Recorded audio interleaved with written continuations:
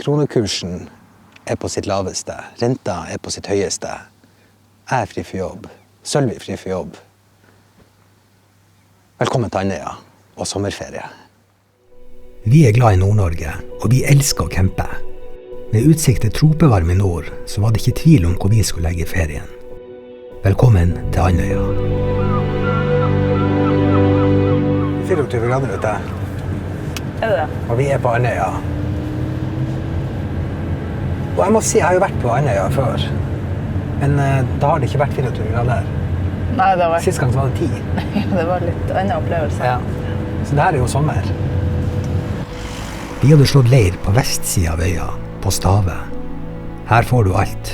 Utsikt mot Storhavet, en endeløs strand og hot pools. Hva mer trenger man? Vi mener jo at Andøya det er skjult perler her i nord. Ja. At ikke flere drar hit til Andøya. Det er merkelig. At ikke flere snakker om Andøya. Når vi tenker på Andøya, hva vi tenker på da? Ja, tenker vi Hercules. Og den flyplassen som enten skal åpnes eller legges ned. Det er jo det eneste vi vet. Men det er ingen snakk om det at det her er Nord-Europas fineste hvite sandstrand? Nei, det er det ingen. Det er ingen som snakker om det? Nei, det er ingen som snakker om den stranden her. Men det skal vi gjøre. Ja. Men vi venter nå litt med å gjøre noe som helst. La oss nå bare nyte øyeblikket. Vi var kommet til Andøya for å slappe av, og vi hadde sikret oss den beste plassen på Stave.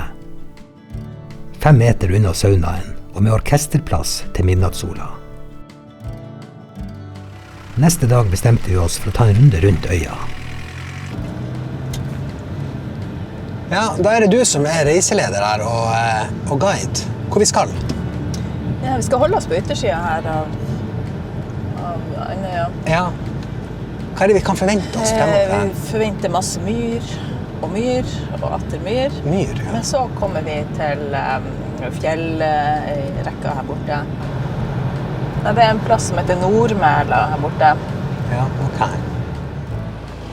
Nordmæla hadde et lite landhandleri, og det passet bra, for vi trengte oss en is. Denne butikken er selvbetjent og åpen døgnet rundt. Nordmæla er nemlig kjent for ærlige innbyggere. Ok, Nordmæla. Her var det fint. Nordmæla var jo overraskende. Ja. Landhandleri. Bare godsaker. Ja, og det er åpent 24 timer i døgnet. Det her stoler de på folk. Så du kan du gå inn og bare kjøpe? Du kan gå inn her hele døgnet og bare ordne alt selv. Betale med Vipps.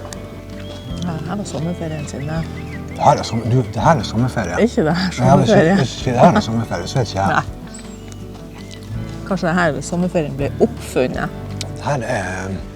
Ja, det er... Vi noterte oss at Nordmæla det er et obligatorisk stopp hvis man kjører forbi. Jeg har vært mange plasser, det vet du. Ja, det vet jeg. Du har vært i Tokyo, og du har vært i Nuuk, og du har vært overalt. Jeg har vært overalt. Nei, det har jeg ikke. Men jeg må si at den akkurat yttersiden av Andøya er helt spesiell. Det er vanskelig å krangle på det. Vi storkoset oss i bilen med spektakulært landskap rundt oss. Helt til reiselederen måtte på toalettet. Heldigvis så var det satt opp et toalett langs veien. Dette toalettet ble satt opp i 2018 og kostet 30 millioner. Det er mye do for pengene. Det som er litt spesielt med toaletten her, det er at du kan jo slå av utsikten. Sier du det? Ja. Ja, det ser veldig usannsynlig ut, men ja. Hvordan kan man skru av denne utsikten? Ja, det er en knapp jeg skal vise deg. Ok. 1, 2, 3.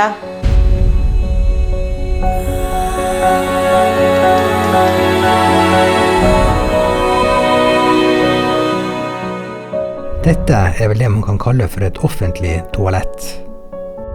Nordmæla, Bukkekjerka og en fin do. En god start på dagen. Da har du vært på dass. Jeg har vært på do. Ja. Det var jo en bra opplevelse. Ja. Enda litt usikker på om du filmet meg gjennom den der. Jeg så ingenting. Så du? Jeg er sikker på at du ikke så noe. Jeg tror jeg fikk med meg et kne, men det var alt. Hvis du er glad i myr, så skal du ta turen til Andøya. Halvparten av arealet på øya er faktisk myr. Da er det kanskje ikke så rart at Andøya er storprodusent av torv. Vi begynte å nærme oss Risøyhamn. Ja, jeg tror ikke vi er så langt fra Risøyhamn, egentlig. Et par mil. Et par mil, ok, ja. Risøyhamn er det første som møter deg når du kommer til Andøya med bil, og her er det fint. Her har selveste Hurtigruta anløp, og du kan velge og vrake i toppturer. Telefonvika, Ja. og så har vi... Kjærlighetsberget. Ja, dit vil jeg, 2 kilometer. 2 kilometer. Den veien. Ja. Ja visst, der skal vi stoppe. Åh, Her Risøyhamn, de har jo alt. ja.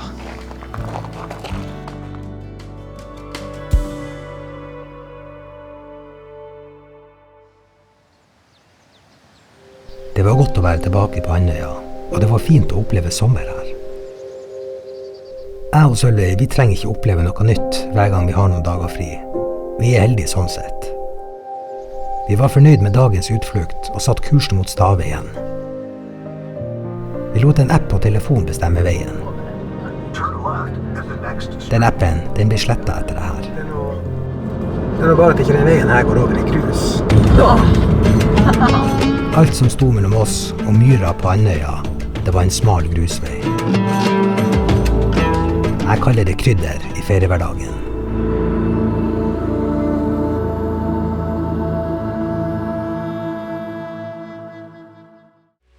Camping handler om å finne på noe på dagtid, og slappe av i en dårlig stol fra Biltema på kvelden. Den var god. Det er ganske sønn. Neste dag hadde vi store planer, så vi tok tidlig i kveld. Da gjorde det ingenting at det kom et regnskyll over Stave.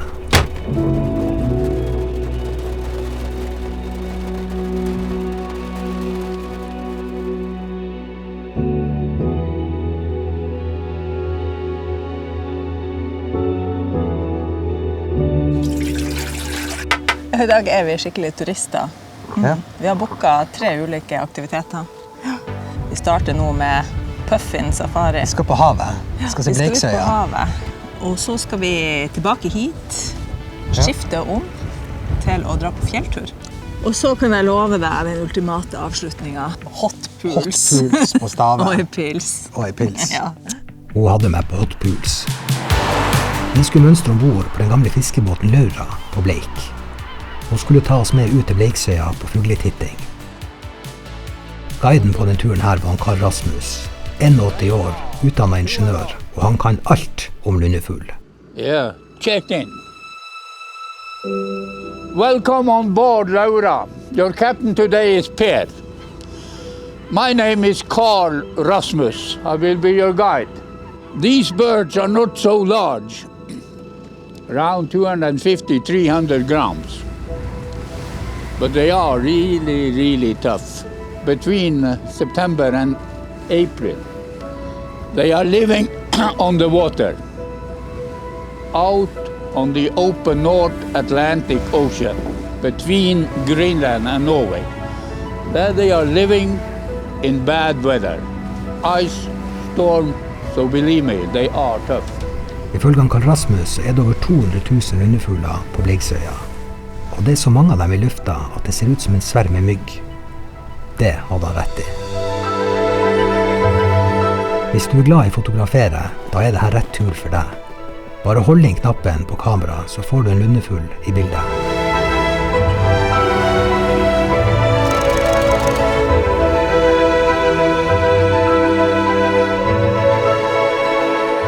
Vi er veldig fornøyd med turen her. Tusen takk. Ja.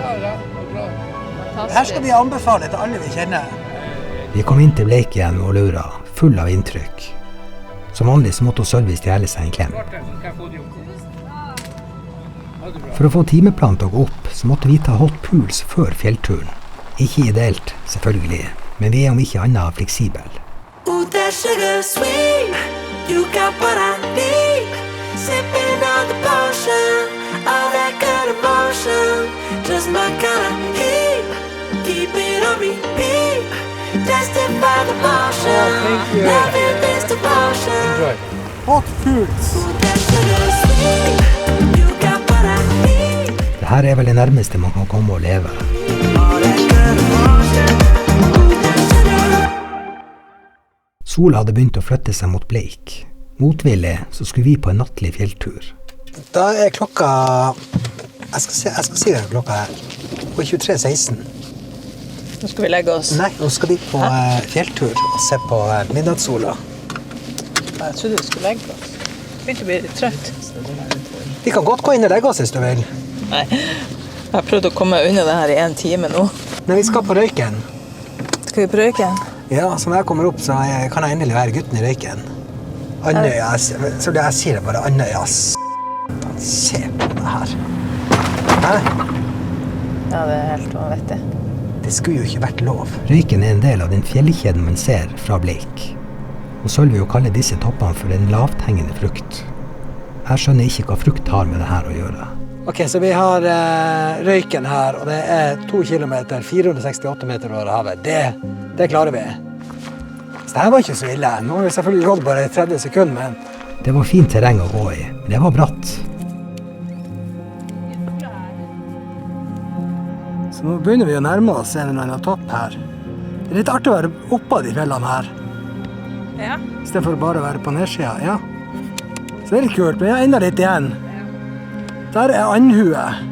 Etter ca. 1 time gåing så var vi veldig spent på utsikten. Var det vel slite? Nå er jeg spent. Hva er det vi ser her? Man angrer aldri på en fjelltur når man står på toppen. I hvert fall ikke her. Og der er Bleiksøya som vi var ute med båt. Den utsikten her var jo helt syk. Så den anbefales. Ja, absolutt. Ja. Hvorfor er det bare vi som skal lide? Flere må gå den turen her. Andøya består av mye myr, og det ga oss en fin overraskelse på vei til vogna. Oi. Se, vi må nesten stoppe og se på det her. Helt fint.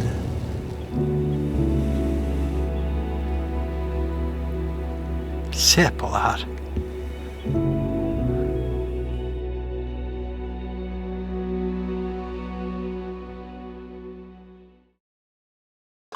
Jeg vet hva dere tenker. Åja, de har mokka med oss 3 vogna. God råd. Kan ikke vi jo få leve litt? Å, tusen takk. I dag skal vi hjem. Etter 1 uke på Stave så hadde vi oss en liten oppsummering. 2 ganger har vi hatt hot puls. Vi har sett midnattssola Flere ganger. flere ganger. Ja. Vært på fjelltur. På stranda. Vi har vært på stranda. Vi har grillet. Vært på havet. Ja. Nei, vet du, ja, altså hva vi skal trekke for det her er jo en perfekt ferietur. Og hit skal vi igjen. Men nå må vi komme oss inn til Andes. Kom oss til Andes og til Farga. Kom oss hjem. 2 timers fergetur og 3 timers kjøretur. Det er prisen å betale for det her. Så 1 uke på Kreta eller 1 uke på Andøya. Vi hadde valgt Andøya 100 av 100 gang. Takk for oss, Andøya.